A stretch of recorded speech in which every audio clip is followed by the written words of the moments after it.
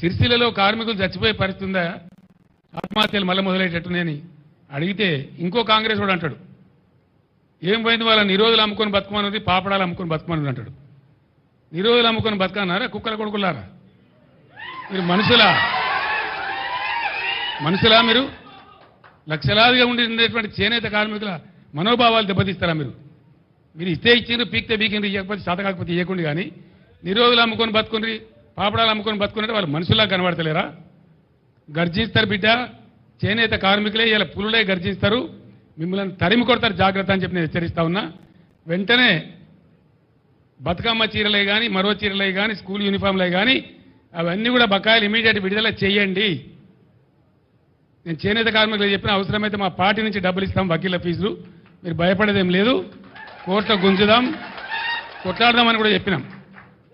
రేపు ధర్నా తర్వాత కూడా స్పందించకపోతే